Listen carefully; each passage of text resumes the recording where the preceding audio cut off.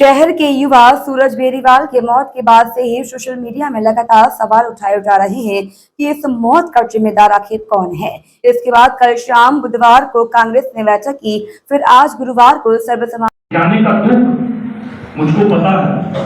मैं यहाँ पे यह कहना चाहता हूँ, निश्चित रूप से हमें सकारात्मक पहल करनी चाहिए।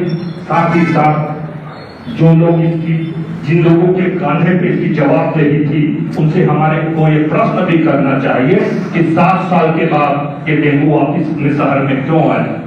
मैं कह रहा हूँ, इस बात को कहने में मुझे कोई परहेज नहीं है। इससे पहले जब डेंगू आया, उस समय पूरा शहर हाहाकार मचा रहा था।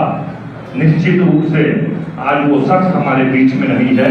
मैं याद करना चाहता हूँ स्वर्गीय रोशनलाल अग्रवाल जी को, जिन्होंने उस समय स्वयं सड़क में उतरकर एक नाली की साफ सफाई कराई और जिसका प्रभाव ये हुआ कि हम 6-7 साल तक लगातार डेंगू जैसी महामारी से अपने शहर को बचा सके।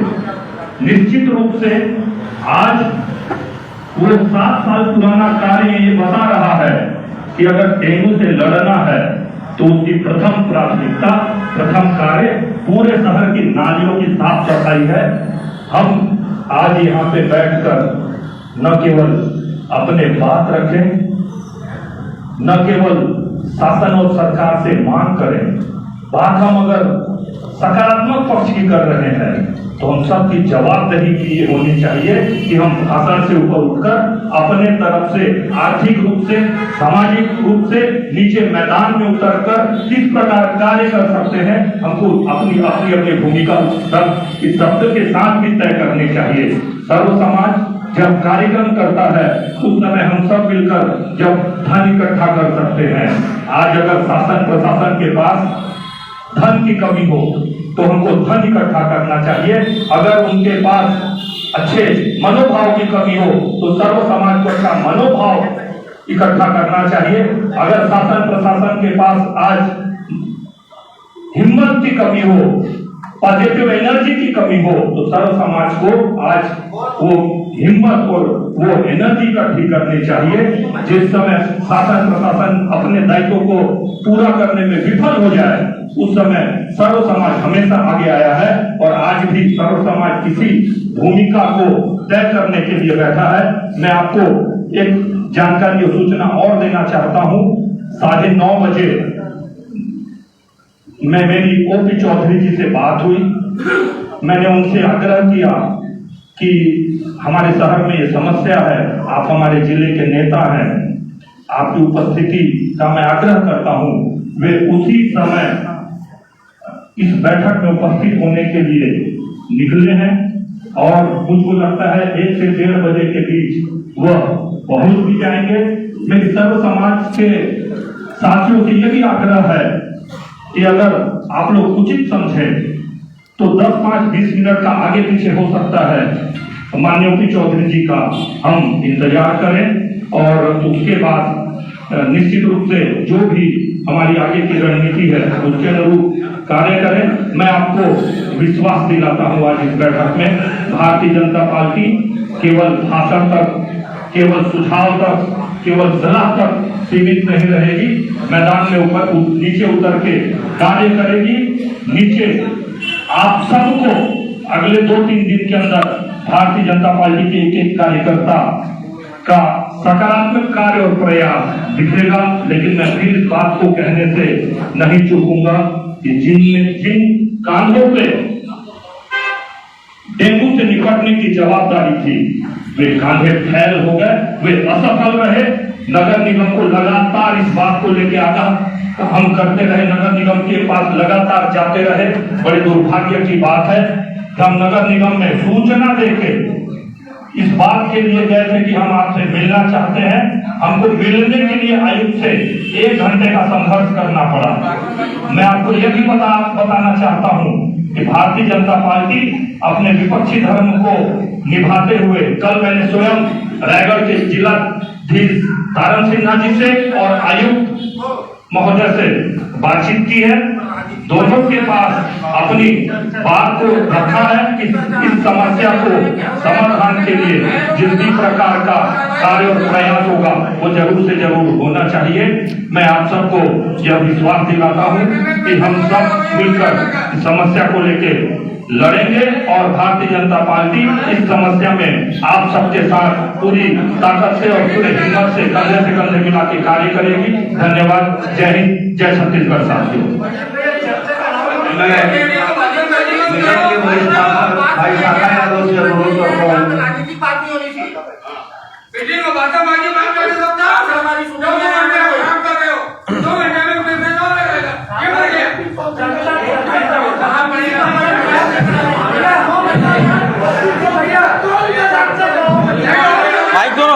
माइक दो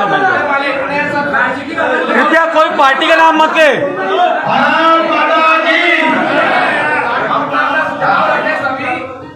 किसी पार्टी का नाम मत ले। आपको बोलने का अवसर मिलेगा। माइक लेके अपनी बात को रखिए। अरे आदमी भैया 2 घंटे के अंदर मालूम क्या एक मैसेज और है ये मर गया। उससे पहले यहाँ मीटिंग छोड़ के चलो। चलेंगे भैया, जाएंगे वो काम भी करेंगे, जाएंगे कल।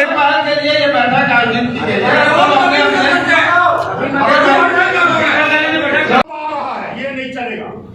आज यहाँ बैठे हो, डेंगू के लिए जिम्मेदार लोगों का नाम यहाँ बताना है और उनको जिम्मेदारी साबित करना है और कलेक्टर से मांग करना है। क्या नोटिस आप कॉन्ट्रैक्ट पढ़ रहे हो आप? मुख्य चिकित्सा अधिकारी, मेडिकल कॉलेज, प्राइवेट अस्पताल और नगर निगम आयुक्त, आप उसको जिम्मेदार नहीं ठहरा रहे हैं।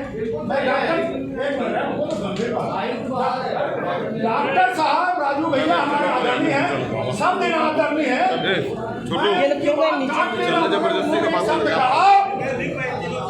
कि ये मानवीय, ये मेडिकल सेवा का मानवीय गलती नहीं है, ये अपराध है।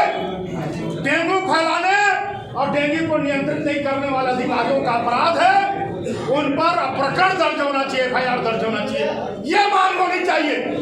मानवीय सेवा में कमी नहीं है, अगाध बात है ये। चलो एक दूसरी बात और जो जिम्मेदार, अब फिर वही बात है, आपस में बात न करें कोई, प्लीज मेरी बातों को अनदेखा न करें। जो जिम्मेदार है जनप्रतिनिधि निर्वाचित, तुम बोल रहे हो भतीजे, प्लीज तुम बोल रहे हो। जो जिम्मेदार है, जो निर्वाचित होके आए हैं, उनकी जिम्मेदारी को आप ओवरलुक कर रहे हैं। ये नहीं बनेगा। कलेक्टर की जिम्मेदारी, मुख्य चिकित्सा अधिकारी का, नगर निगम आयुक्त और जो निर्वाचित प्रतिनिधि है इस शहर के, उनकी भी जिम्मेदारी है। राजनीति नहीं कर रहा हूँ, दबाने की कोशिश मत करो। राजनीति की बात करके बचना चाहते हो, कलेक्टर से मांग करो, इन सबको सस्पेंड किया जाए, रायगढ़ से हटाया जाए, कार्रवाई किया जाए। डेंगू कर रहे हैं, मेरे यहाँ भी डेंगू का चल रहे हैं। मनोज भैया बैठे रहो।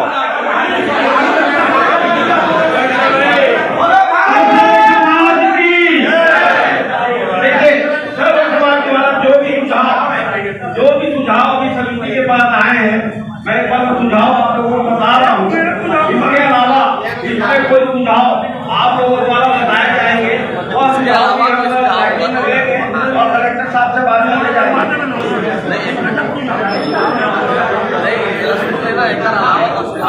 निवेदन है, यदि किसी भी साइट में किसी और सहमति है तो जिसने भी बात कर रहे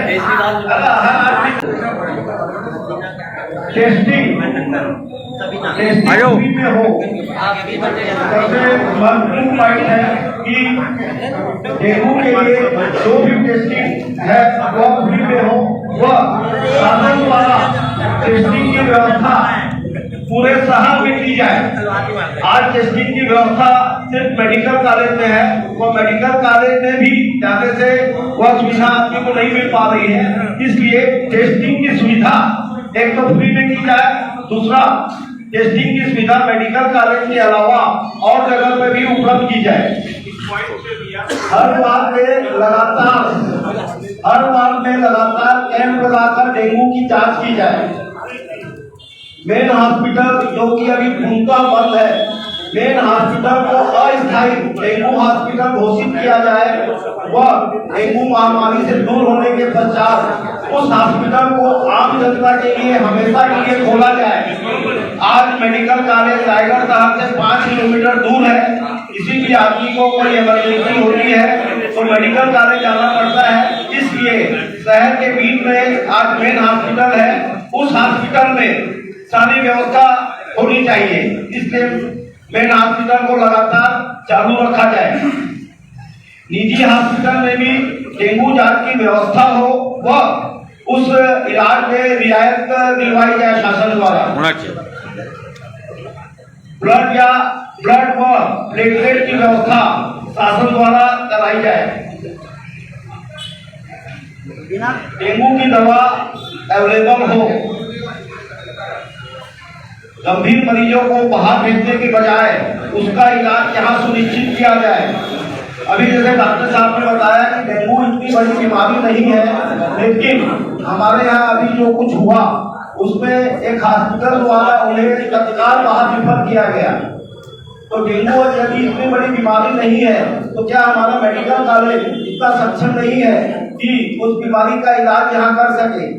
इसलिए जो भी डेंगू संबंधित बीमारी है उसका इलाज रायगढ़ में हो सके उसकी पूर्ण व्यवस्था की जाए।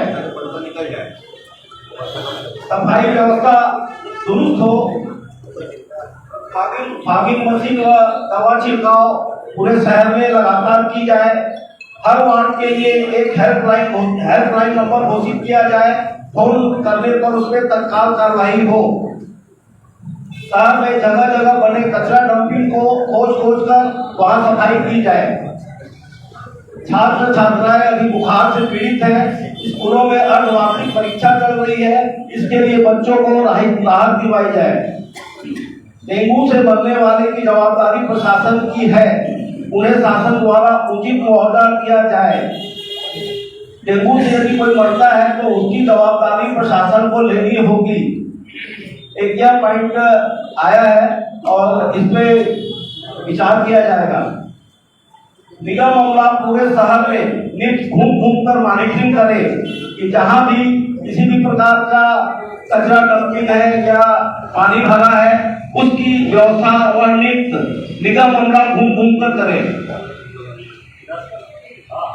इससे पहले 4 वर्ष पहले एक कार्य योजना बनाई गई थी। उस कार्य योजना में सारे प्रकार का कार्य हुआ था, कुछ नालियों की सफाई भी हुई थी। उसके चलते डेंगू लगभग 2 से 3 साल उतनी स्तर पे नहीं फैला था, लेकिन इस वर्ष वह कार्य योजना पूरी तरह फैल हुई। जिस भी कारण से फैल हुई वह कार्य योजना बने तो लगातार हमेशा वो कार्य योजना चलती रहे, जिससे आने वाले वर्षों में शहर को इस महामारी से न जूझना पड़े। डेंगू को आपदाग्रस्त शहर घोषित किया जाए।